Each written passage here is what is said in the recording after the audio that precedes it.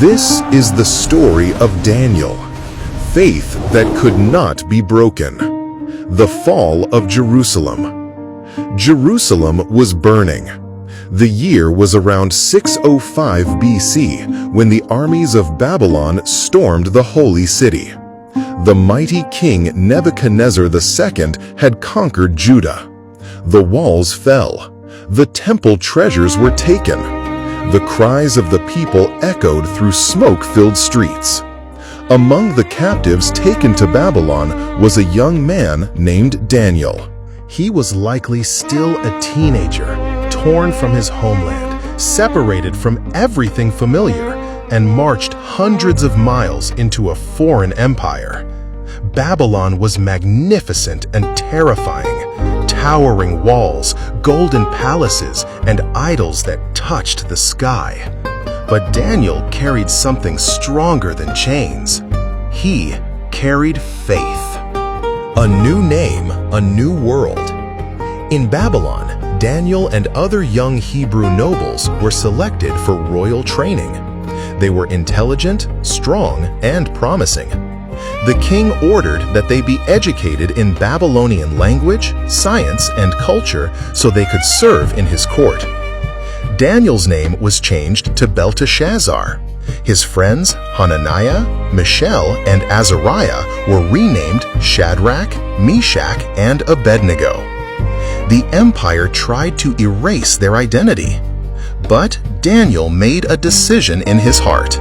He would not forget his God.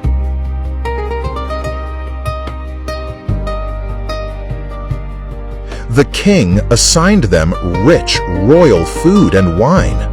To most captives, this would have felt like a privilege, but Daniel knew it violated the laws of his faith. He respectfully requested a test. For 10 days, he and his friends would eat only vegetables and drink water. If they appeared weak, they would accept the king's food. The days passed. When the 10 days ended, Daniel and his friends looked healthier and stronger than all the others. God honored their quiet courage, and so their journey in Babylon truly began. King Nebuchadnezzar awoke trembling. He had seen a dream that terrified him, but he refused to tell it to his wise men. Instead, he demanded that they tell him both the dream and its interpretation. If they failed, they would die. No one could do it. In rage, the king ordered all the wise men of Babylon executed, including Daniel. When Daniel learned of the decree, he did not panic. He gathered his friends, and together they prayed through the night. That night, God revealed the dream to Daniel in a vision. The next day, Daniel stood before the most powerful man in the world. He described a towering statue, a head of gold, chest of silver, belly of bronze, legs of iron, and feet partly of iron and clay.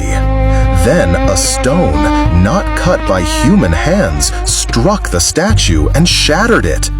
The stone grew into a mountain that filled the earth. Daniel explained the statue represented kingdoms, Babylon, and the empires that would follow. But the stone was God's eternal kingdom, which would never be destroyed. The king was stunned. He fell before Daniel and declared that Daniel's God was greater than all others. Daniel was promoted to high authority in Babylon. A captive had become a ruler. The fiery furnace. Time passed and power changed hearts. Nebuchadnezzar built a one more chance. Bow, he commanded, or be thrown into the blazing furnace. Their answer was calm and fearless.